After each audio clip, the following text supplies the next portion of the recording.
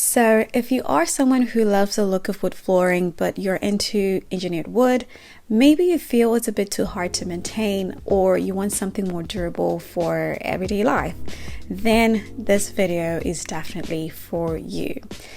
Today we're going straight into 3 flooring options that we've been comparing that are SPC, WPC, and laminate.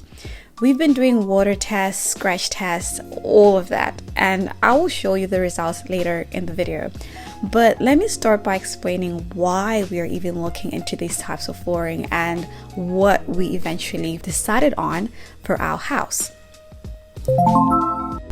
So for us, we really wanted something that looks like wood but can handle daily living. We didn't want something that scratches easily or swells with water or it needs too much babying. We also wanted something that feels comfortable underfoot and doesn't make creaking sounds when you walk on it, but still gives you that wood feel. So that's how we ended up focusing on these 3 types, SPC, WPC, and laminate. Because they're all durable, realistic, and the technology has improved so much throughout the years that they can honestly rival engineered wood at a much better price. So let me start off with SPC because this has become extremely popular. So SPC stands for stone plastic composite, and it basically has a rigid core made from limestone powder and stabilizers. So what does that mean? So it means that it's extremely strong. Like if durability was a personality, SPC would be the tough guy in the group. It's waterproof, it handles moisture very well, and it's very stable. Even in hot climates, or if you spill water on it or you mop daily, SPC won't stress you. But it does feel harder underfoot, so if you are walking barefoot a lot or you prefer something softer and warmer, SPC can sometimes feel a bit stiff. But still, it's a great all-rounder if you want something waterproof and durable. So yeah, so these are some of the colors available. There actually are so many. These are just the ones that I chose for them to send me as samples. So the next flooring type is WPC.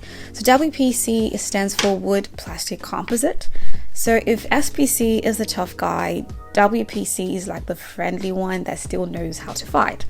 So WPC also handles moisture very well, but because it has a foamed core, it's softer and more comfortable to walk on.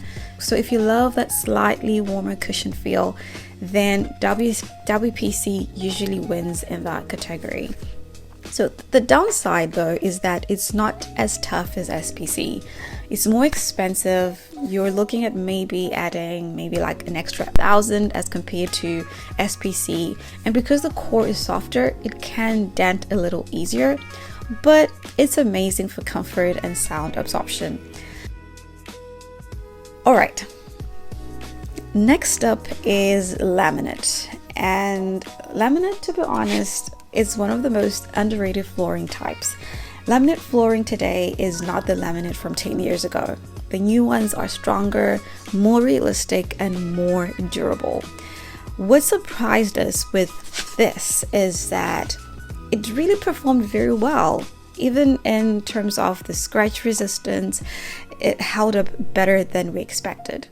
The only thing we were worried about was water, so we were very anxious about the water test, and that's the part that mattered most to us. And funny enough, laminate actually passed our water test, which made us so happy. The only test where it struggled was the impact test, the one where we hit it with the scissors. Well, it did dent. So because of that, we decided maybe we can use laminate in the bedrooms where there's less chance of like heavy objects falling, and maybe stick to tiles in the main living area.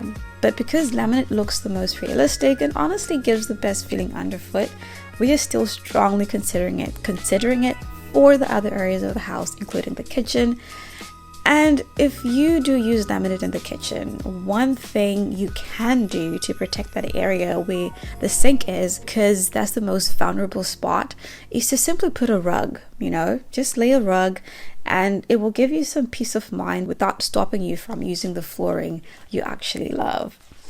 So these are some of the samples. And this one is actually the one that we used in the water test, which I will talk about later. Okay, so let's take a quick break. So I have a very incredible opportunity for families that are living in the diaspora.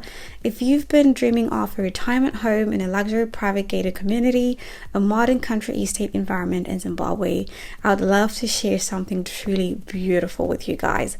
A small group of like-minded people are opening a private invitation-only group land acquisition for Zimbabweans living in the diaspora, families who value peace, space, and clear structure.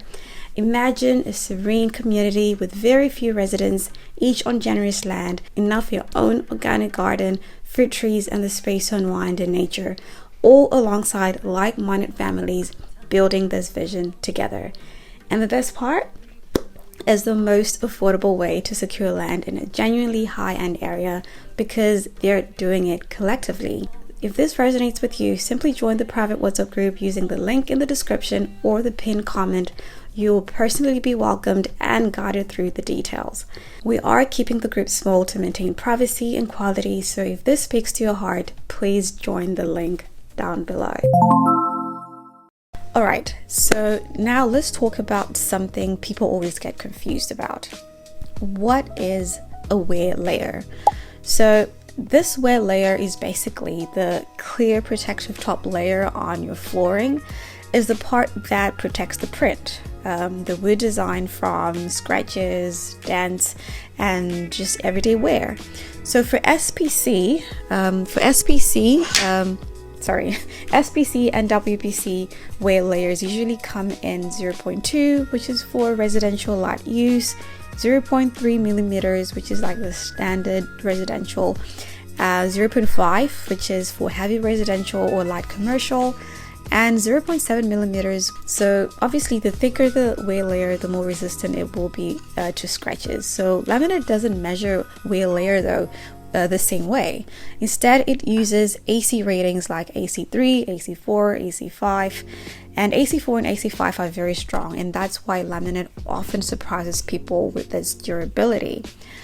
Okay, another thing to keep in mind is the thickness.